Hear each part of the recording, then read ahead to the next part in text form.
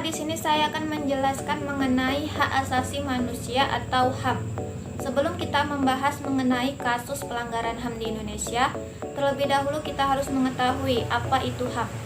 Dalam pasal 1 Undang-Undang Nomor 39 Tahun 1999 tentang HAM disebutkan bahwa hak asasi manusia adalah seperangkat hak yang melekat yang pada hakikat dan keberadaan manusia sebagai makhluk Tuhan yang Maha Esa dan merupakan anugerahnya yang wajib dihormati, dijunjung tinggi, dan dilindungi oleh negara, hukum, pemerintah, dan setiap orang demi kehormatan serta perlindungan harkat dan martabat manusia. Adapun ciri-ciri HAM yaitu yang pertama, HAM tidak perlu diberikan, dibeli ataupun diwarisi.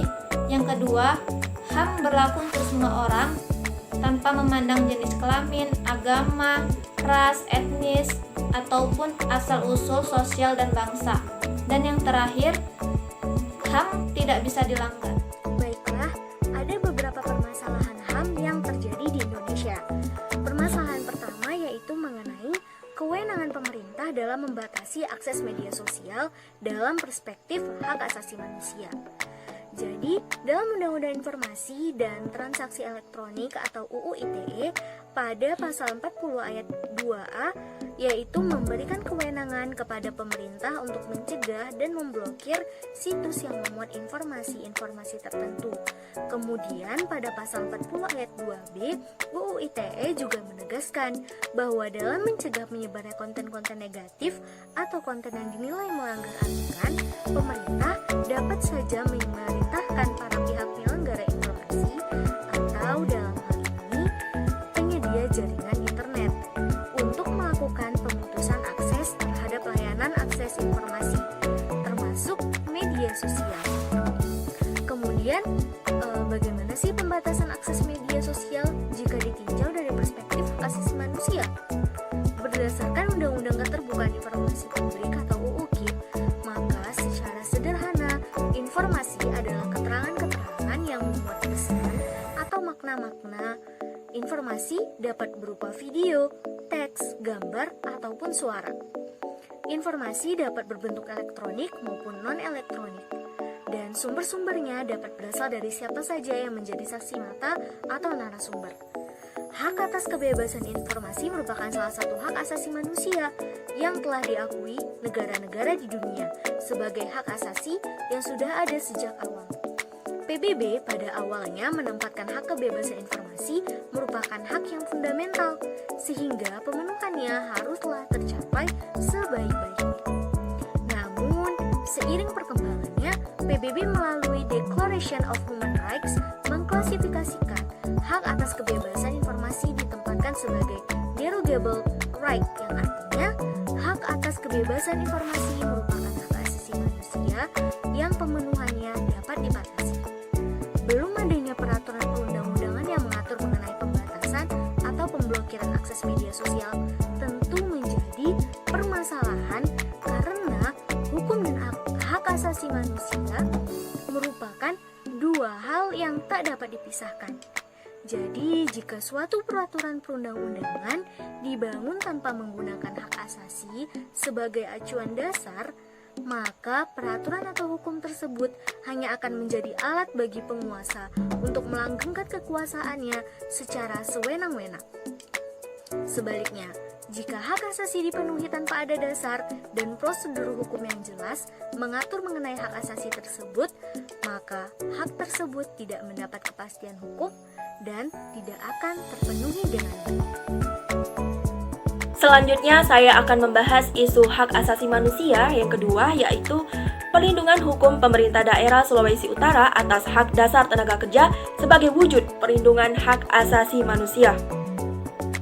Pelanggaran terhadap hak-hak dasar tenaga kerja tersebut sebagai akibat dari kuatnya dominasi perusahaan terhadap tenaga kerja dan ketergantungan tenaga kerja terhadap pekerjaannya sehingga pekerja takut di PHK.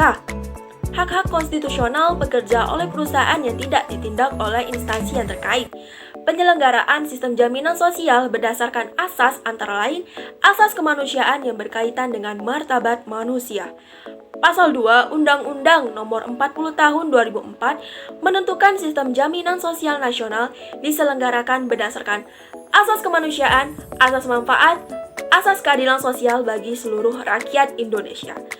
Nah, masih terjadi pelanggaran hak-hak dasar tenaga kerja oleh perusahaan-perusahaan swasta yang ada di Sulawesi Utara, khususnya di kota Manado, dengan perincian pelanggaran perusahaan dalam bentuk yang pertama, pembatasan atau civil right dalam berserikat dan berkumpul.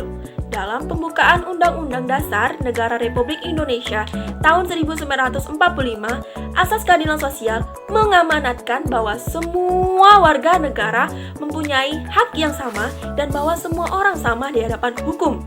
Oleh karena itu, warga negara haruslah memiliki kedudukan yang sama dalam hukum, tidak memandang laki-laki ataupun perempuan.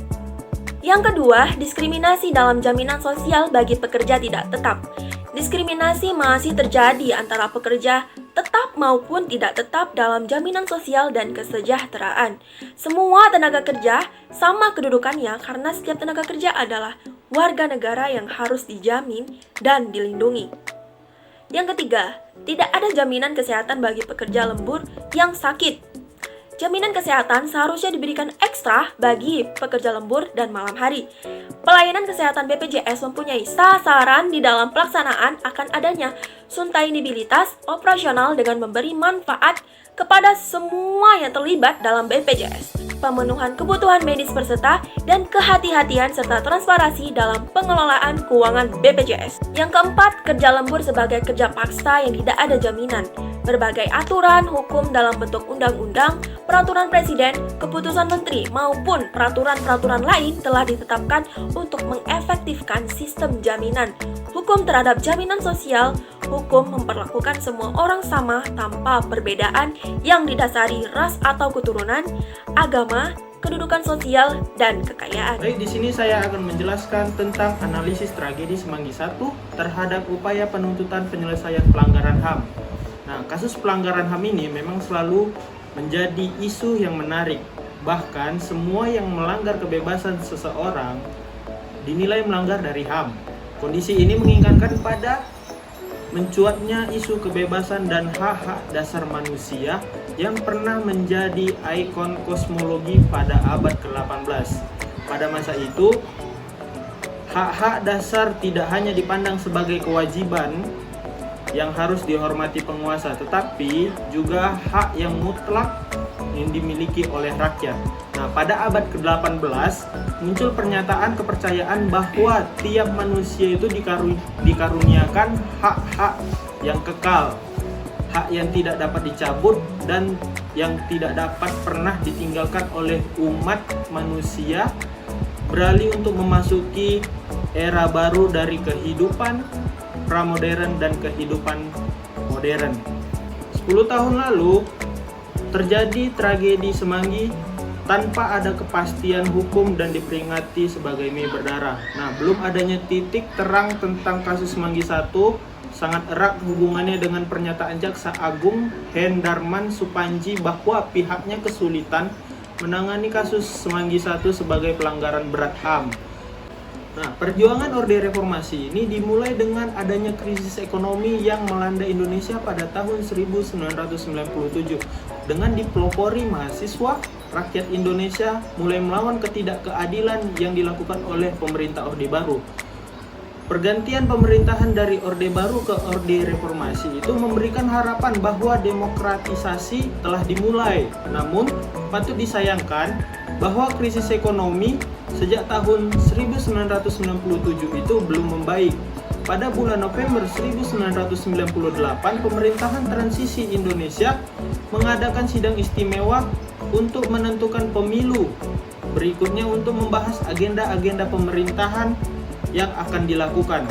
Mahasiswa bergolak kembali karena mereka tidak mengakui pemerintahan B.J. Habibie dan tidak percaya dengan anggota DPR atau MPR Orde Baru. Nah, peristiwa ini mendapatkan perhatian sangat besar dari dunia internasional, terlebih dari dunia nasional. Hampir seluruh sekolah atau universitas di Jakarta tempat diadakannya sidang istimewa tersebut diliburkan untuk mencegah mahasiswa berkumpul. Apapun yang dilakukan oleh mahasiswa mendapat perhatian ekstra ketat dari pimpinan universitas masing-masing karena mereka di bawah tekanan aparat yang tidak menghendaki aksi mahasiswa. Sejarah membuktikan bahwa perjuangan mahasiswa tidak bisa dibendung. Mereka sangat berani dan jika perlu mereka rela mengorbankan jiwa raga mereka demi Indonesia baru. Pembentukan Komisi Penyelenggaraan Hak Asasi Manusia peristiwa Semanggi I dan Semanggi II meskipun DPR Republik Indonesia telah merekomendasikan agar kasus Semanggi I dan Semanggi II itu ditindaklanjuti dengan pengadilan umum dan pengadilan militer. Namun, sehubungan dengan adanya dugaan telah terjadinya pelanggaran HAM berat, tuntutan keadilan bagi keluarga korban dan masyarakat dan dalam rangka penegakan hukum dan penghormatan hak asasi manusia dipandang perlu Komnas HAM melakukan penyelidikan dengan membentuk komisi penyelidikan pelanggaran HA Semanggi. Baik, di sini saya akan menjelaskan mengenai solusi dan saran dari ketiga permasalahan tersebut. Nah, yang pertama mengenai permasalahan kewenangan pemerintahan dalam membatasi akses media sosial dalam perspektif hak asasi manusia. Jadi, pemerintah itu hendaknya membuat aturan serta prosedur mengenai pembatasan ini gitu ya. Kenapa? Karena hal ini tuh penting gitu dilakukan agar pemerintahan tidak sewenang-wenang dan justru akan merugikan masyarakatnya gitu. Jadi walaupun media sosial ini dapat dibatasi gitu kan, namun pembatasan tersebut itu harus dilakukan dengan mempertimbangkan banyak aspek dan nilai-nilai kemanusiaan. Maka dari itu, karena mengakses media sosial itu merupakan bagian dari hak asasi manusia, nah pemerintah wajib nih melihat dulu gitu ya, mempertimbangkan dulu sehingga tidak terjadinya kerugian gitu kan. Nah, selanjutnya mengenai perlindungan hukum Pemda Sulawesi Utara atas hak dasar tenaga kerja sebagai wujud perlindungan hak asasi manusia. Jadi upaya-upaya penjaminan dan perlindungan HAM tenaga kerja itu pada prinsipnya adalah upaya penjaminan dan perlindungan HAM bagi tenaga kerja terkait hak sipil dan hak ekonomi dalam bentuk santunan berupa uang sebagai pengganti sebagian dari penghasilan yang hilang atau berkurang akibat kecelakaan kerja. Jadi, untuk memberikan perlindungan kepada tenaga kerja, diselenggarakanlah program jaminan sosial tenaga kerja yang pengelolaannya itu dapat dilaksanakan dengan mekanisme asuransi. Gitu. Jadi, setiap tenaga kerja berhak atas jaminan sosial tenaga kerja pada era reformasi. Nah, penjaminan hak sipil dilakukan pemerintah dengan mereformasi hukum ketenaga kerjaan dengan pembaharuan sistem perundang-undangannya, yaitu yang pertama Undang-Undang Nomor 21 Tahun 2000 tentang Serikat Pekerja atau Serikat Buruh. Ya, yang kedua Undang-Undang Nomor 13 Tahun 2003 tentang Ketenagakerjaan yang berupa jaminan sosial atau BPJS yang kita sering dengar ya. Nah, ketenagakerjaan ini meliputi jaminan kecelakaan kerja, jaminan kematian, jaminan hari tua, dan jaminan pemeliharaan kesehatan. Nah, selanjutnya ada permasalahan yang ketiga. Upayanya apa sih? Mengenai analisis strategi Semanggi I terhadap upaya penuntutan penyelesaian pelanggaran HAM. Nah, upaya penyelenggaraan atau penyelesaian dalam pelanggarannya yaitu pembentukan Komisi Penyelidikan Penyelenggaraan HAM yang terjadi pada peristiwa Semanggi I dan Semanggi II. Karena DPR RI telah merekomendasi agar kasus Semanggi I dan Semanggi II ditindaklanjuti dengan pengadilan umum dan pengadilan militer. Namun sehubungan dengan adanya dugaan terjadinya pelanggaran HAM yang sangat berat, maka tuntutan keadilan keluarga korban dan masyarakat dan dalam rangka penegakan hukum dan penghormatan HAM dipandang perlu Komnas HAM. Jadi terjadinya lah atau dilakukannya lah penyelidikan dalam pembentukan Komisi Penyelidikan Pelanggaran HAM Semanggi I dan Semanggi II. Maka dalam rapat paripurna Komnas HAM tanggal 5 Juni 2001 menyepakati pembentukan Komisi Penyelidikan Pelanggaran Hak Asasi Manusia peristiwa Semanggi I dan Semanggi II yang selanjutnya dituangkan dalam SK nomor 034 Komnas HAM 12 2001 tanggal 27 Agustus 2001. Nah, maka dari itu saran dari kelompok kami yaitu dengan adanya pembahasan yang di atas, nah kami menyarankan agar jaminan akan perlindungan dan penegakan manusia harus dapat ditegakkan oleh negara. Sehingga dengan demikian dampak negatif akan berkurang dan penegakan HAM dapat terrealisasi. Disebutkan bahwa cukup banyak kasus permasalahan hak asasi manusia yang ada di Indonesia. Dari berbagai permasalahan HAM yang dijabarkan di dalam pembahasan, terbukti bahwa hak kebebasan informasi, perlindungan HAM, dan penyelesaian pelanggaran HAM belum mampu diperbaiki oleh negara Indonesia ini. Adanya permasalahan HAM di Indonesia